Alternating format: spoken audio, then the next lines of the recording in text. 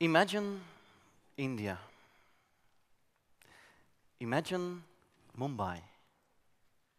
Imagine the traffic there.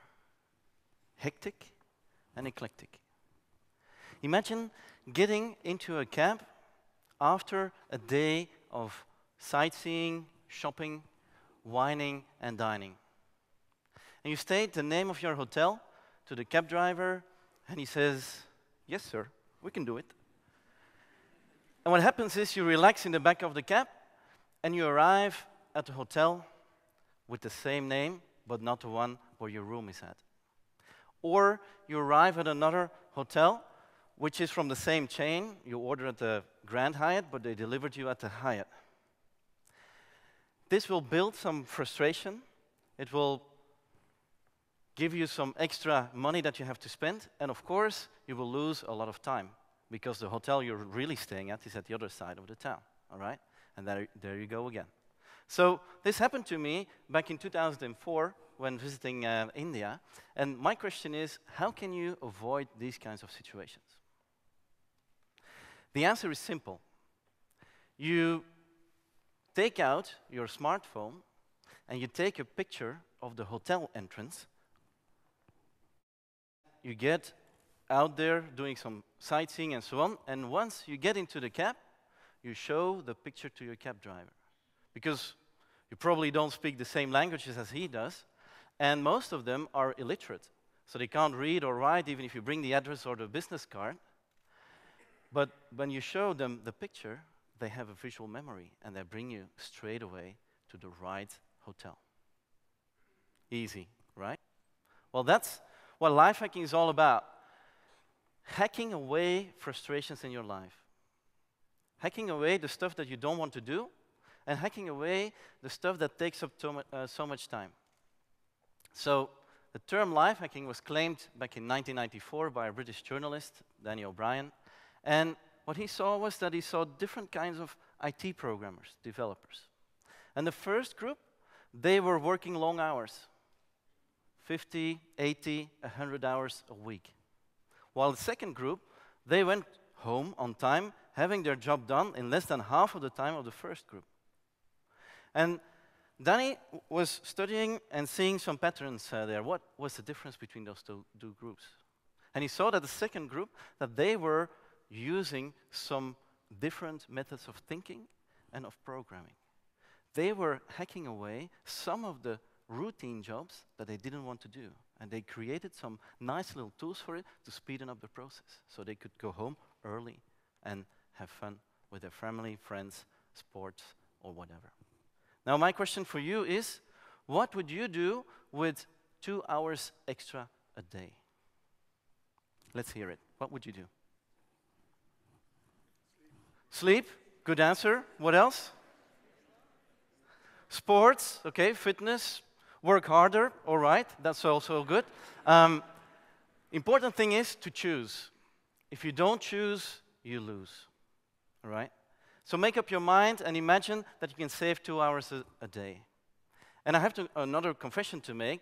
I used to work myself for more than 100 hours, sometimes 115 hours a week. And I'm a different person now. If you talk to people who knew me like 10 years ago, they wouldn't believe that I changed so much. And thanks to life hacking, I got a different way of organizing my life. I stripped all the things that I didn't like anymore, got other people to do it, or automate it, or did some other stuff, but not doing it myself. And life hacking is being smart in business and having fun in life. But it's also, for example, if you have to deal with a lot of emails, and I'm sure that most of you have to, but let's say you have a decent amount of emails. I can help you with learning how to write 100 emails in just 1 hour. I can also help you when you have to read a lot. If you have to read a lot, I can help you double the speed of your reading. You can learn to read a book in just 1 hour. It's these little tools, techniques that can help you and make your life so much happier. Now, the first step is to organize yourself. And if you are organizing yourself, It means that if something happens, then you want something else to be done, right?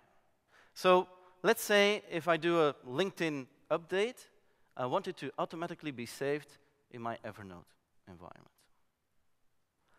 And there's a website for it where you can set it up for free, because most of the life hacks are for free, okay? So here are some examples of a website. It's called If This, Then That. It doesn't get any more difficult than that. So what can happen is that I knew what to wear today. Why? Because I got an email saying that the chances were very high that it would rain today. So I'm wearing my raincoat, okay? And by the way, this also works with snow, okay? And storms and other kinds of weather.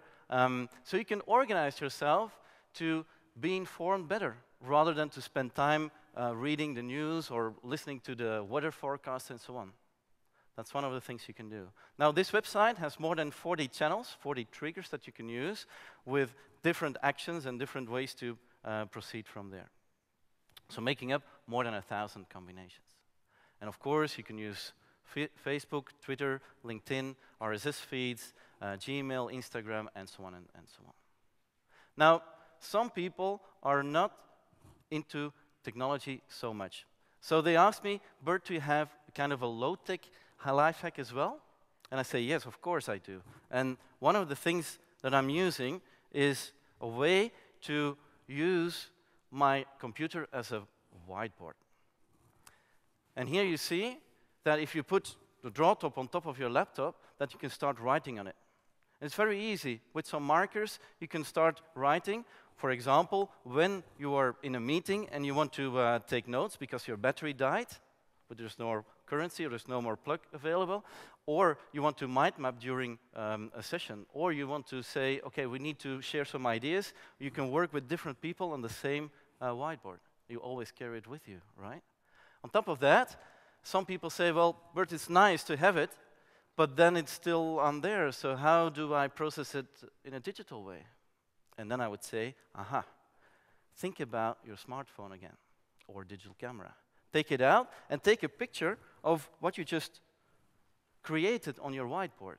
And then the next time you synchronize your smartphone with your laptop, you have images of what you just created right there. And of course, you can easily sweep it clean. But next to that, because some people are saying that, well, but we can take it another extra mile, right? And I would say, yes, we can do that.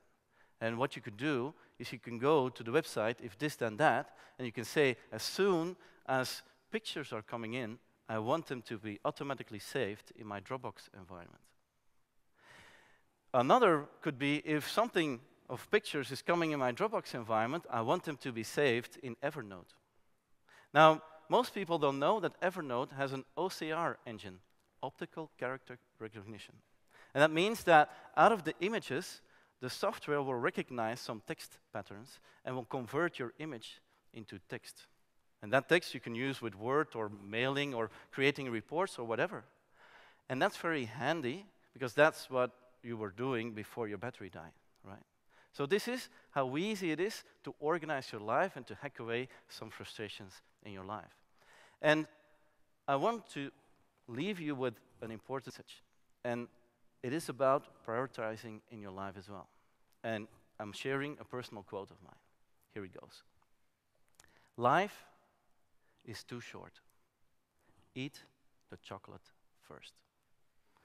Thank you very much. Enjoy every day.